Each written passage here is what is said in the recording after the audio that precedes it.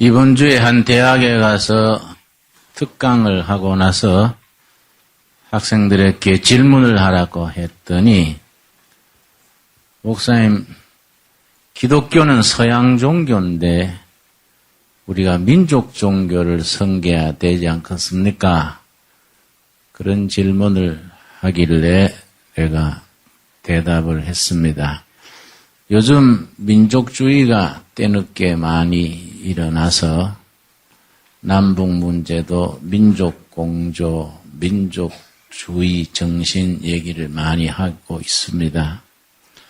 내가 대답을 하기를 나는 기독교를 서양 종교로서 받아들이는 것이 아니라 진리이기 때문에 믿는 것이고 성경의 가르침이 인류 보편적인 가치를 담고 있기 때문에 내가 거기에 인생을 거는 것이지 서양 종교다, 미국에서 들어왔다, 그런데 관심을 가지는 게 아니지요. 내가 그래 대답을 한 적이 있습니다.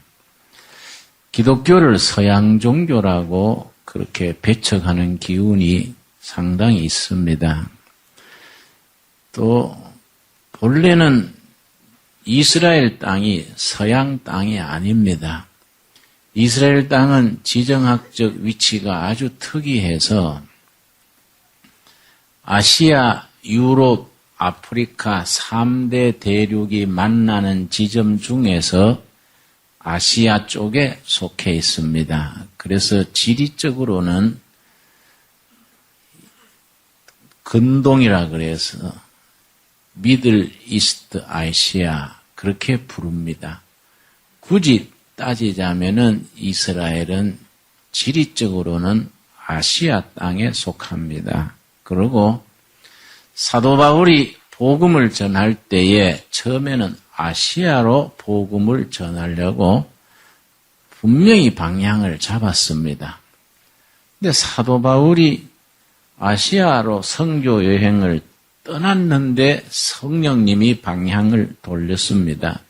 사도행전 16장 우리 한번 찾아보겠습니다. 사도행전 16장에서 아시아로 향하던 복음의 발길이, 전도의 발길이 성령님이 강권적으로 발걸음을 돌려서 그 성령 역사하시는 그 코스가 성령님의 간섭으로 바뀌어진 내력이 여기에 시작됩니다. 사도행전 16장 6절입니다. 16장 첫 부분에서 사도 바울이 전도 여행을 떠났는데 아시아 쪽으로 향해서 분명히 출발을 했습니다. 그런데 6절 말씀. 성령이 아시아에서 말씀을 전하지 못하게 하시거늘 브리기아와 갈라디아 땅으로 다녀가 쭉 나가서 9절입니다. 밤에 환상이 바울에게 보이니 마게도냐 사람 하나가 서서 그에게 청하여 가로되 마게도냐로 건너와서 우리를 도우라 하거늘 바울이 이 환상을 본 후에 우리가 곧 마게도냐로 떠나기를 힘쓰니 이는 하나님이 저 사람들에게 복음을 전하라고 우리를 부르신 줄로 인정함이러라. 말씀드린 것처럼 바울은 전도하는 코스를 아시아 쪽으로 잡아서 진행을 하는데 성령께서 환상 중에 나타나서 마케도니아 쪽으로 불렀습니다. 마케도니아는 유럽으로 들어가는 관문이 됩니다. 마케도니아를 거기서 상륙을 해서 유럽으로 진출하도록 성령께서 방향을 간섭해서 돌리셨습니다. 그래서 로마 제국을 발판으로 해서 유럽을 석권을 하고 영국을 거쳐서 미국을 돌아서 아시아 한국에 들어왔습니다. 한국은 아시아에서는 처음 기독교가 성공한 나라이기 때문에 한국교의 역할이 앞으로 아시아 선교의 대단히 중요하게 됩니다. 거기다가 중국 교회가 지난 세기 동안에 기독교가 탄압을 받으면서 아주 폭발하고 있습니다. 중국에는 매일 크리스찬들이 한 3만 명씩 증가하고 있다는 통계입니다. 지금은 1억을 넘어섰으니까 지금 공산당 정부인 중국 정부가 기독교를 견제하려고 여러 가지 방법을 쓰고 있습니다마는 참 세상 만사가 묘해서 그렇게 단속을 하고 핍박을 할수록 민중들의 관심은 더 기독교 쪽으로 쏠리는 것이지요. 이 복음의 역사란 건 참 신비합니다.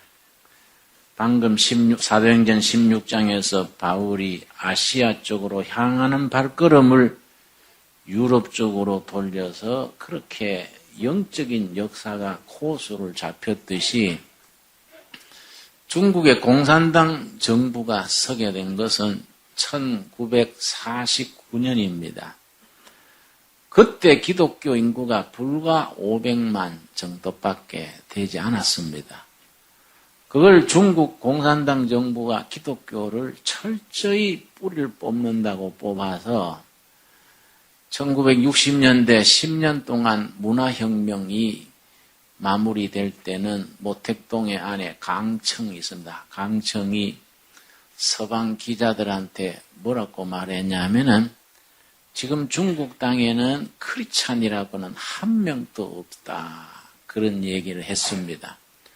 그런데 그 참 신비한 것이 겉보기에 한 명도 없다고 단속을 했는데 바닥에서 지하에서 움직여서 세월이 지난 지금은 1억을 넘어서게 됐으니까 그건 참 영적인 역사가 아니고는 이해할 수 없는 문제지요.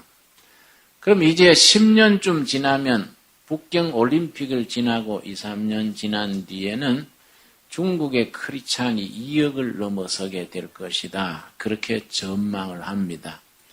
그러면 2억이 넘는 중국 크리스찬들과 한국 교회가 힘을 합쳐서 아시아 복음화 시대를 열어가게 된다. 그런 큰 판에서의 구상입니다. 자, 우리 서양 문명이라면은 세 가지 흐름을 문명사적으로 인정을 합니다.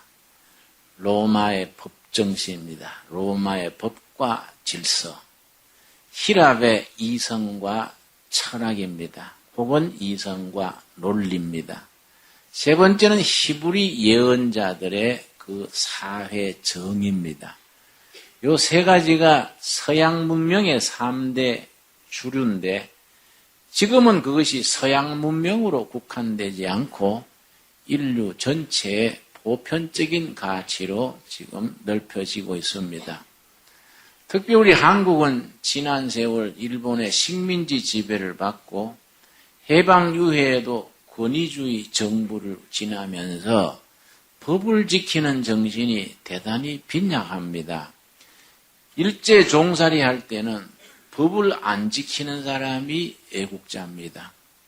일제가 만든 법을 안 지키고 일본 경찰을 속여먹고 이런 거의 애국자에 속했습니다. 그래서 법 지키는 정신이 우리 국민들 사이에서 대단히 빈약합니다. 그래서 지금도 그렇지 않습니까? 우리 사회 혼란한 것도 지난주에 보면 노동자들이 데모하면서 경찰관을 5, 60명을 다치게 했습니다. 근데 사실은 그게 말이 안 되지요. 경찰이 어쩌다가 민간인 한 명 때리면 야단 납니다. 그런데 노동자들이 경찰관 수십 명을 쇠파이프로 때려서 다치게 했는데 그거는 경찰은 그냥 넘어갑니다. 이거 국민 전체에 주는 참 나쁜 영향이지요. 법이 지켜지지 않는 사회는 결국은 국민들이 손해를 보게 됩니다. 또 우리 히랍의 이성과 논리가 우리는 빈약합니다. 한국 사회는 정적인 사회입니다. 감성이 발달하고 그래서 한국 사람이 예술을 잘하고 아주 정적인 국민이기 때문에 반면에 논리적이고 합리적이지를 못합니다. 지금 또 어디든지 목소리 큰 사람이 애국자 같고 똑똑한 것 같고 조용조용 사리를 따지는 사람은 좀 우리가 먹혀들지를 않습니다. 그런데 힐압의 그런 이성과 논리란 것이 정말 건전한 사회를 이루는데 필요하지요. 힐압의 예언자들의 예언 정신, 사회 정리 마찬가지입니다. 우리 문화에는 그런 전통이 없습니다. 힐압 예언자, 히브리 예언자들의 구약 성서 예언자들의 전통이 없기 때문에 우리 교인들조차 예언을 우리가 오해를 합니다. 우리 문화의 예언이란 건 그저 토정비결, 정감록 그런 수준입니다. 그래서 예수를 오래 믿어도 맨날 아모스서, 호세아서 읽어도 성경의 예언 전통을 오해를 해서 우리 아주 교회를 오래 다닌 권사님 한 분이 나를 찾아와서 아예 헌금 봉투까지 딱 정성 들어 준비를 해서 와서는 목사님 우리 아들이 내년에 서울대학 시험을 치는데 합격될런지 예언을 좀 해주십시오. 그래서 내가 조용히 나무랬습니다. 권사님 그거는요 예언이랄 게 없고요 상식이지요. 아드님 성적이 좋으면 되고요 성적이 나쁘면 안 됩니다. 또 성적이 좋아도 시험장에서 당황해서 이름을 안 쓴다든지 이러면 또 떨어지지요. 그건 목사한테 와서 그렇게 예언기도 받을 일이 아닙니다. 내가 그렇게 이제 다 이런 적이 있습니다. 우리 교인도 가게를 열면서 예배 드리고서 예배 잘 드리고 나서 목사님 이 가게가 잘 될런지 예언을 좀 해 주십시오. 그래서 내가 손님이 많으면 잘 되지요. 뭐 다른 도리 없지 않습니까?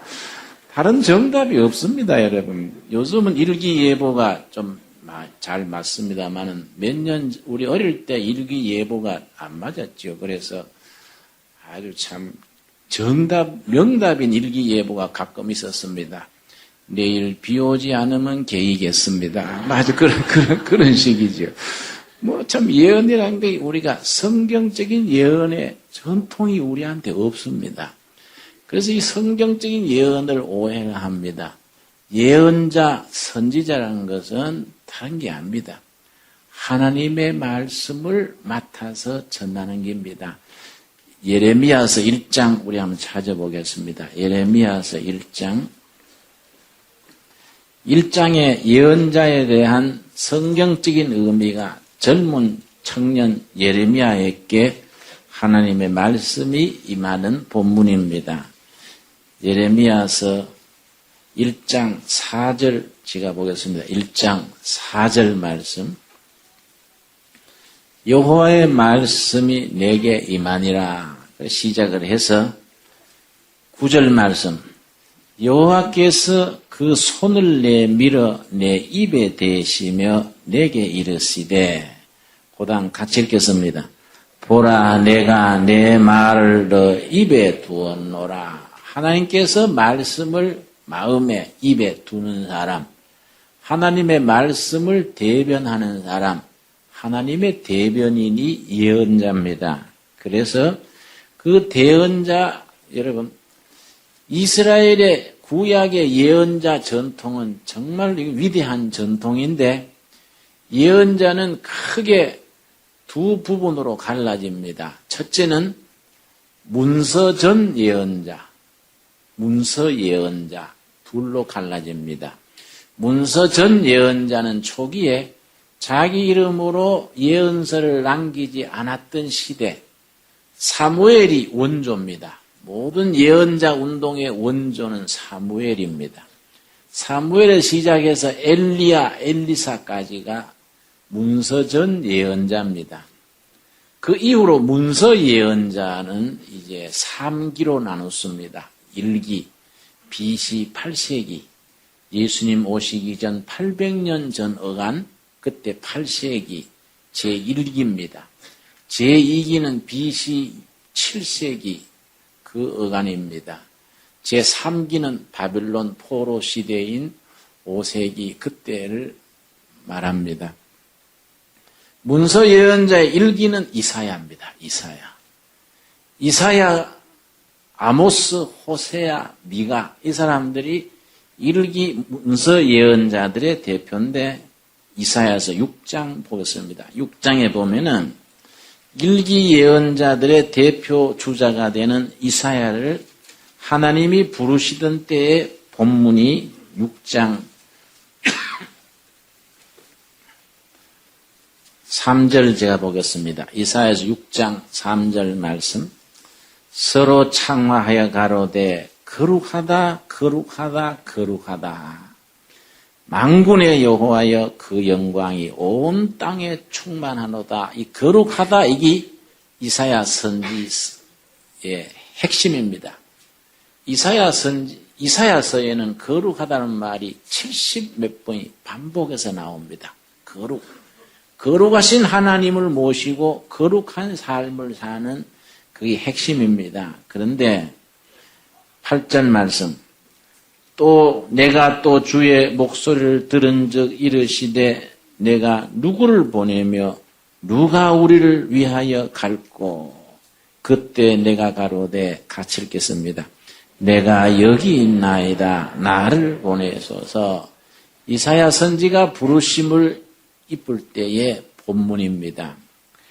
그 1기 예언자들의 메시지를 한테 묶어서 딱 액기스로 쓴 부분이 오늘 읽은 본문 말씀 미가서 6장입니다. 미가서 6장 우리 한번 찾아보겠습니다. 1296페이지 미가서 6장 6절에서 8절 사이에 이 말씀이 1기 문서 예언자들의 메시지를 한테 묶어서 아주 간추려 놓은 본문입니다. 6장 6절 내가 읽겠습니다.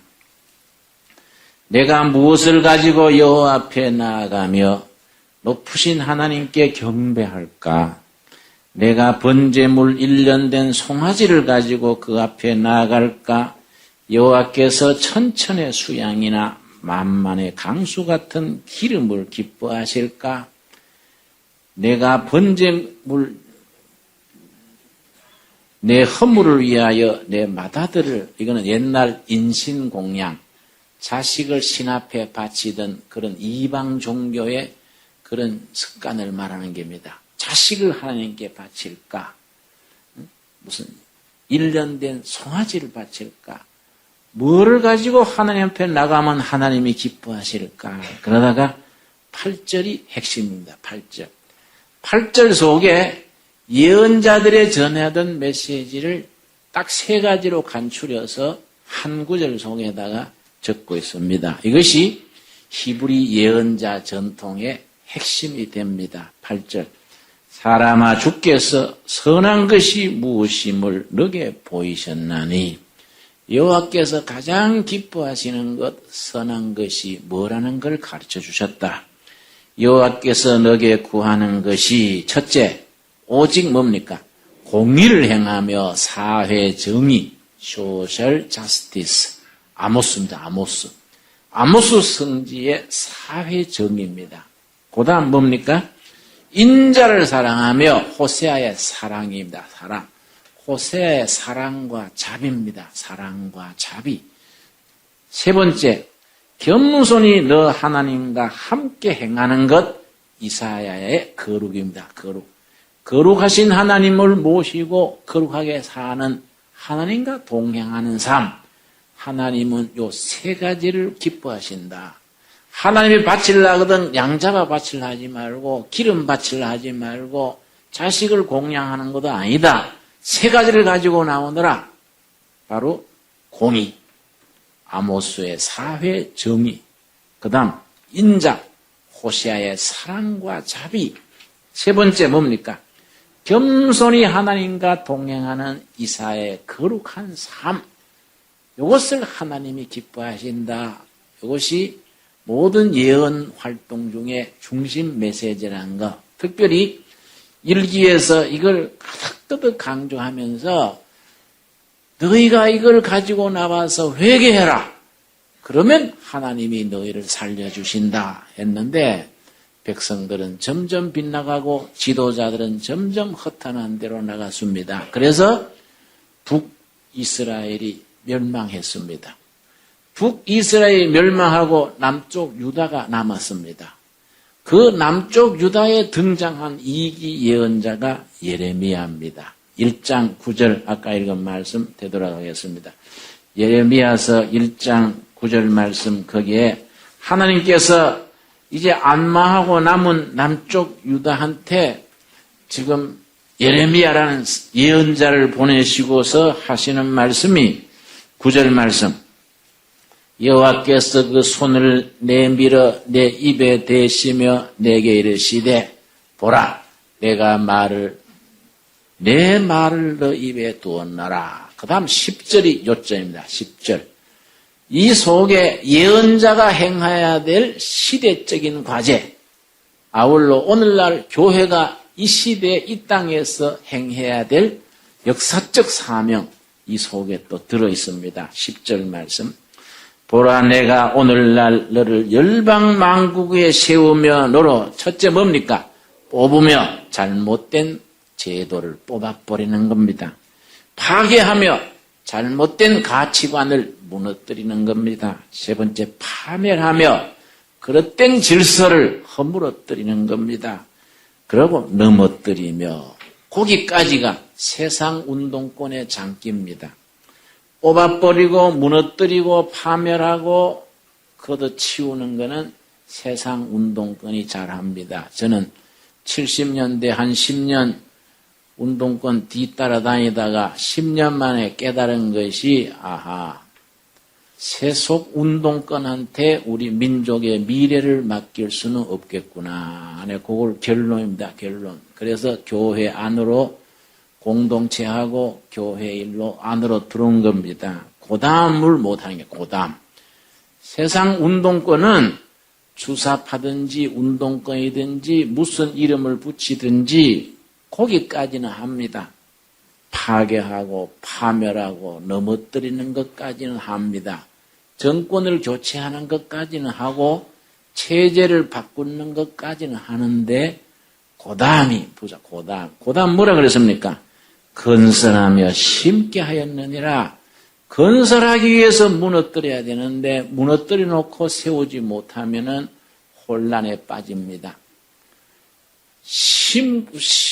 뽑을 때는 새로운 것을 심어야 하는데 뽑아놔 놓고 심지 못하면은 무질서에 빠집니다. 그래서 예레미야에게 주신 이런 메시지는 굉장히 중요합니다. 우리 10절 한번 같이 읽겠습니다. 보라 내가 오늘날 너를 열방 만국 위에 세우고 너로 뽑으며 파괴하며 파멸하며 넘어뜨리며 건설하며 심게 하였느니라. 그래서 우리 한국 기독교는 또 한국 기독교와 중국 기독교는 아시아 땅에서 한국 땅에서 중국 땅에서 건설하며 심는 미래를 건설하는 일에 우리가 아주 사명감이 있습니다. 이렇게 하고서는 예레미야에게 하나님이 하시는 말씀은 4장입니다. 4장 3절 말씀. 요거의 예언자를 통해서 하나님께서 그 시대의 그 백성에게 주시는 메시지입니다. 예레미야 4장 3절 1절부터 봅니다. 여호와께서 가라사대 이스라엘아 너가 돌아오렸거든 내게로 돌아오라. 너가 만일 나의 목전에서 가증한 것을 버리고 마음이 요동치 아니하면 회개하지 않으면 심판이 기다리고 있다. 그 얘기죠. 3절 나 여호와가 유다와 예루살렘 사람에게 이르 같이 일어노라. 너희 묵은 땅을 갈고 가시덤불 속에 파종하지 말아라.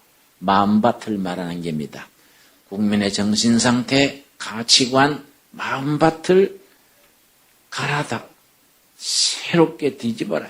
4절 유다인과 예루살렘 거민들아 너희는 스스로 할례를 행하여 뭐이지요? 너희 마음 가죽을 베고 나 여호와께 속하라. 그다음 그렇지 아니하면 항상 조건부입니다. 하나님의 진노 역사의 심판은 조건부입니다. 회개하면 기회는 있다. 회개하지 아니하면 너희 행악을 인하여 나의 분노가 불같이 발하여 사르니 그것을 끌 자가 없으리라. 그러나 북쪽 이스라엘이 그러했듯이 남쪽 유다 백성들이 지도자나 백성들이 한결같이 예레미야가 그 피를 토하는 그런 회개의 소리를 귀담아 듣지 아니하고 듣기 싫은 소리 한다고 예레미야를 감옥에 넣었습니다. 그냥 감옥이 아니고 우물 감옥입니다. 왕궁 뒤뜰에 있는 우물 감옥이에요. 저 우물 밑바닥의 감옥인데 뻘흙이 허리까지 찹니다. 허리까지 뻘흙에 갇혀가지고 거기서 위에서 던져주는 빵 한 조각 먹고 거기서 서서 사는 겁니다. 거기서. 언제까지 있었느냐? 바벨론이 쳐들어와가지고 예루살렘 폭삭 다 망하고 바벨론 군대가 우물 안에 갇혀있는 예레미야를 건져낸깁니다. 그때 예레미야가 피눈물 나는 시를 읊었는데 예레미야 애가입니다. 슬프레자입니다. 예레미야 애가 1장 1절. 그 우물에서 나와보니까 석방된 건 감사한데 나라는 잿더미가 되고 골목마다 시체 덩어리고 너무너무 슬퍼서 예레미야가 탄식을 하는 겁니다. 왜 하나님은 회개하라고 기회를 줬는데 회개하라는 사람은 감옥에 가두고 이 꼴이 됐는가? 이걸 밤잠을 못 자고 슬퍼하는 게 예레미야 애가입니다. 1장 1절. 슬프다. 슬프다 이 성이여. 예루살렘 성을 말하지요. 본래는 거민이 많았더니 이제는 어찌 그리 적막히 앉았는고. 2절 말씀 같이 읽겠습니다. 밤새도록 애고하니 눈물이 밤에 흐르며 사랑하던 자 중에 위로하는 자가 없고 친구도 다 배반하여 원수가 되었도다. 밤새도록 눈물 흘리면서 망해버린 자기 조국을 슬퍼하는 겁니다. 이게 문서 예언자 2기입니다. 제3기는 거기 전쟁에 살아남아가지고 바빌론으로 끌려가는 바벨론 포로 수용소에서 에스겔이라는 3기의 지도자가 등장합니다. 에스겔에서 1장 1절입니다. 1장 1절 말씀. 이제 문서 예언자 제3기 마지막 기로 들어가는 겁니다. 1기의 대표는 누구라고요? 이사야. 2기는 누구라고요? 예레미야. 3기 에스겔, 다니엘, 하박국, 학개냐 나갑니다. 에스겔에서 1장 1절. 제30년 4월 5일에 내가 그발강가 사로잡힌 자 중에 있더니 포로 수용소에 있는 겁니다. 바빌론 나라에 끌려간 도시의 도시 한복판을 흐르는 그발강, 서울에 한강이 있듯이 한강가에 공지가 있지요. 그발강가에 평지에 포로 수용소 천막 쳐놓고 끌려온 사람들이 거기 사는 겁니다. 자, 그 사로잡힌 자 중에 있더니 인권도 사라지고 현재도 사라지고 미래도 사라지고 완전히 절망입니다. 절망. 동서남북에 아무 길이 없습니다. 나라는 망했지요. 예루살렘 성전은 허물어졌지요. 아무것도 없습니다. 포로로 끌려와서 현재도 미래도 없는 적막강산인데 그런데 한 가지 길이 있는 겁니다. 1장 1절 다시 읽습니다. 제30년 4월 5일에 내가 그발강가 사로잡힌 자 중에 있더니 그다음 뭡니까? 하늘이 열리며 요겁니다. 하늘이 열리며 요겁니다. 요거. 하늘이 열리며 기독교는 여기서 시작합니다. 하늘이 열리며 여러분 그냥 교회 왔다 갔다 하는 거는 문화활동으로나 끝나기 쉬워요. 기독교 신앙은 하늘이 열리는 체험을 바탕으로 하는 겁니다. 하늘이 열리며 이 영적인 깨달음과 깊이 그 세계에 들어가야 신앙의 세계가 제대로 열리는 겁니다. 여러분, 이걸 넘어서지 못하면 영적인 세계가 열리질 않아서 예수 믿는 거에 항상 겉돌고 나중에 힘들어집니다. 하늘이 열리며 그 다음 뭡니까? 하나님의 뭘 보여줬지요? 이상, 비전입니다. 비전. 하늘이 열리고 비전을 보여주신 겁니다. 비전은 뭐이냐? 개인과 공동체가 절망의 자리에 있을 때에 희망의 소식을 전해주는 것, 여기 비전입니다. 비전. 이 단어의 뜻을 확실히 알아야 됩니다. 비전, 이상이란 건 뭐냐? 개인도 공동체도 좌절과 절망에 빠져 있을 때에 아니다. 여기에 희망이 있다. 희망의 길을 보여주는 것, 그거 비전입니다. 비전. 하늘이 열리며 비전을 보여주고 2절 여호야긴 왕에 사로잡힌 지 몇 년? 5년 그달 5일. 에스겔이 포로로 끌려올 때 당시의 왕 여호야긴 왕도 같이 끌려가지고 굴비처럼 줄줄이 묶여가지고 그래 끌려왔습니다. 그렇게 끌려온 지 며칠 만에 계시가 하늘이 열렸다고요?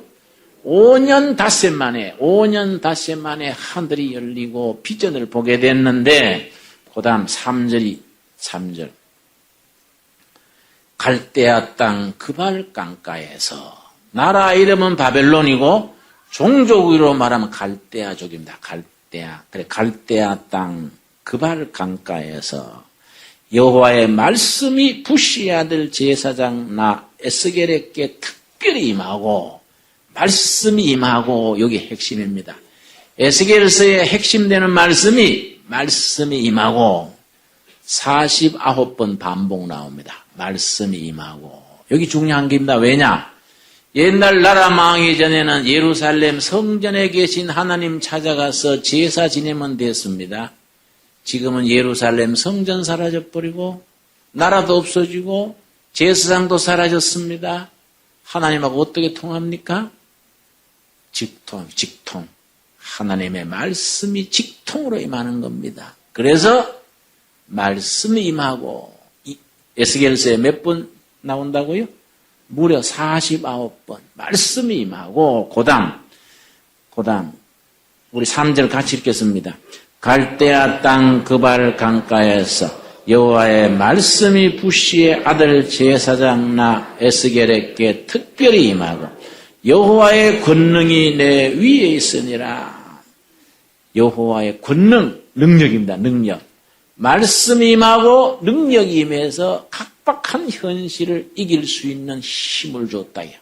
말씀이 임하고 그 다음 4절입니다. 4절이 예언자들이 오늘날의 크리스찬들이 현실을 어떻게 봐야 하느냐, 이 4절의 의미가 있습니다. 내가 보니 북방에서부터 폭풍과 큰 구름이 오는데 북쪽 하늘로부터 깜깜한 먹구름이 가득히 덮여있다 이겁니다. 그래서 에스겔의 동료들, 포로 숭소에 있는 다른 사람들에게는 먹구름이 덮인 하늘만 보이는 겁니다. 암담하다, 희망이 없다, 큰일 났다. 개인도 나라도 다 망가졌구나. 깜깜한 하늘입니다. 그런데 하나님의 사람은 그 너머 있는 것을 보는 겁니다. 그 너머. 뭘 보느냐? 내가 보니 북방에서부터 폭풍과 큰 구름이 오는데 그 속에서 뭡니까? 불이 번쩍번쩍하며 빛이 그 사면에 비치며 먹구름이 가득한 하늘 넘어 빛나는 하늘을 보는다. 빛나는 하늘. 여기 핵심입니다. 핵심. 세상 사람들은 먹구름 덮인 하늘만 보는데 하나님의 사람은 구름 넘어 은빛 빛나는 하늘을 보는 겁니다. 먹구름까지 보는 것은 세상 사람들이고 영의 사람들은 그 넘어 희망의 빛을 보는 겁니다. 여러분, 현실이 아무리 어렵고 힘들더라도 그 어두운 현실 넘어 하늘로 임하는 빛을 볼 수 있기를 바랍니다. 대답을 못한 사람도 있습니다. 예? 나는 구름만 보기로 작정한 사람이 있습니까? 예? 구름 넘어 빛나는 하늘. 이게 우리에게 임하는 에스겔서의 메시지입니다. 그런데 그 속에서 에스겔서가 우리에게 가르쳐 주는 게 마지막 절입니다. 48장 마지막 절 35절입니다. 에스겔서 48장 35절 말씀. 이것이 문서 전 예언자, 문서 1기, 2기, 3기 모든 예언 운동의 클라이막스, 최종적인 꼭대기가 바로 이 35절, 48장 35절입니다. 여러분, 이사야서 47장과 48장은 천국장입니다. 천국장. 요한계시록 21장, 22장도 천국에 관한 장으로서 짝을 이룹니다. 이사야서 47장, 48장 마지막 두 장, 요한계시록 21장, 22장 마지막 두 장이 천국에 대해서 자세하게 기록하고 있습니다. 그런데 35절, 그 사면의 도합이 1만 8천 척이라 그날 후로는 그다음 같이 읽겠습니다. 그 성읍의 이름을 여호와 삼마라 하리라. 여호와 삼마, 거기 줄을 치세요. 여호와 삼마. 여호와께서 거기 계시는구나. 천국입니다. 천국.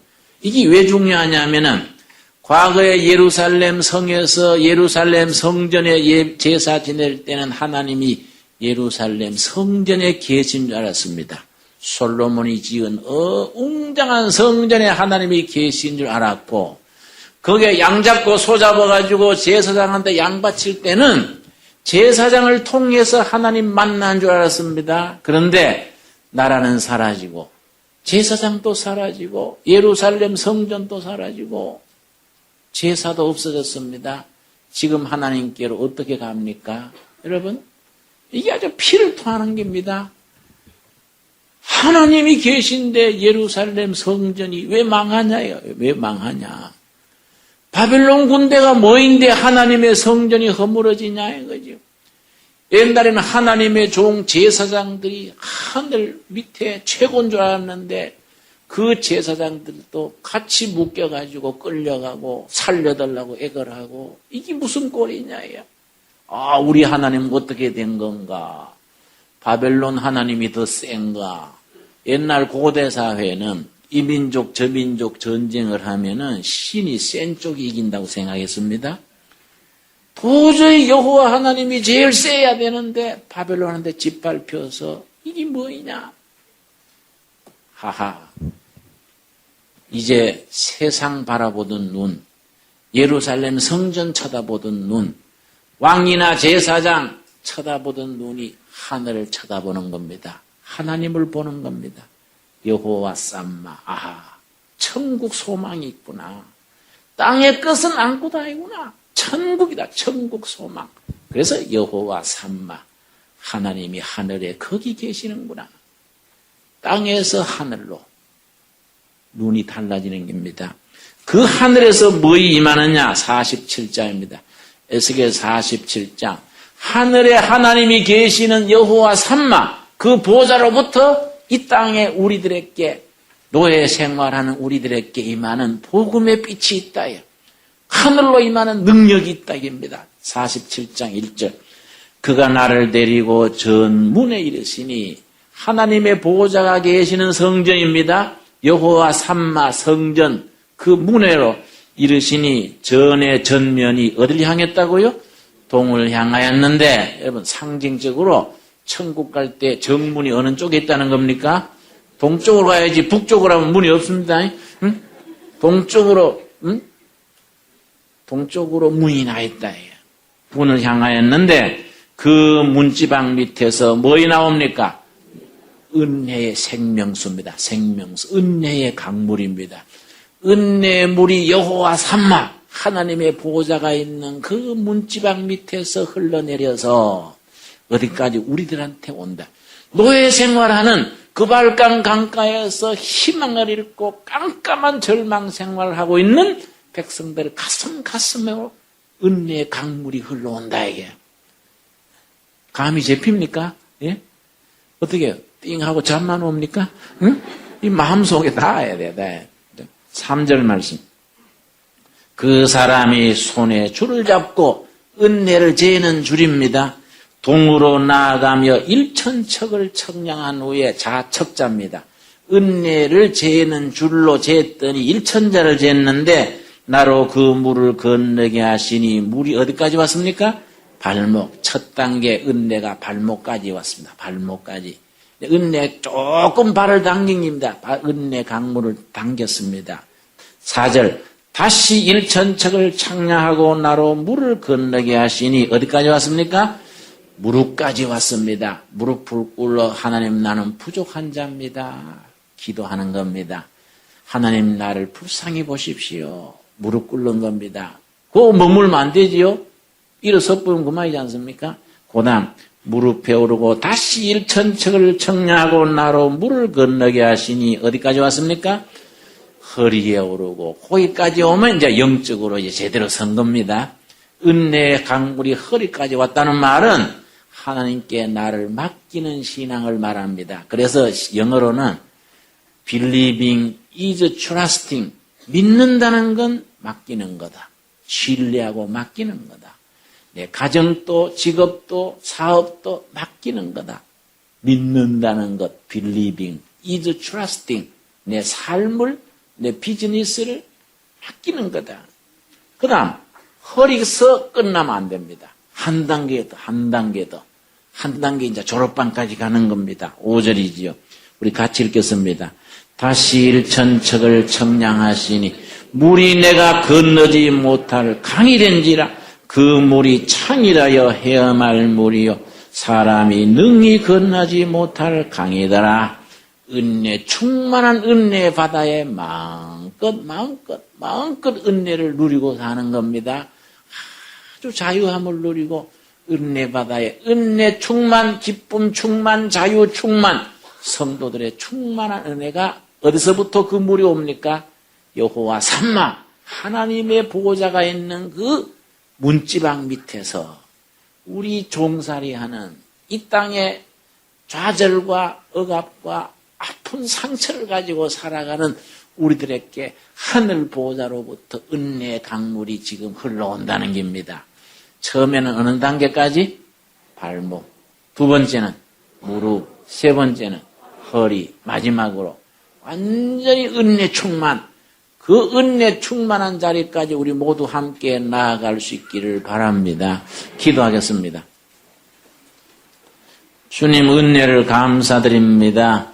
우리 둘의 가족들 때로는 현실에 어두움이 있고 좌절이 있고 상함이 있을지라도 여호와 삼마 그 예언자들이 위대한 환상을 가지고 보았던 여호와 삼마 하나님이 계시는 그 보호자로부터 하나님의 보호자 문지방으로부터 흘러내리는 은혜의 강물이 우리들의 심령에 임하여 주시옵소서. 우리 가정에 임하여 주시옵소서. 우리 영혼에 임하여 주시옵소서.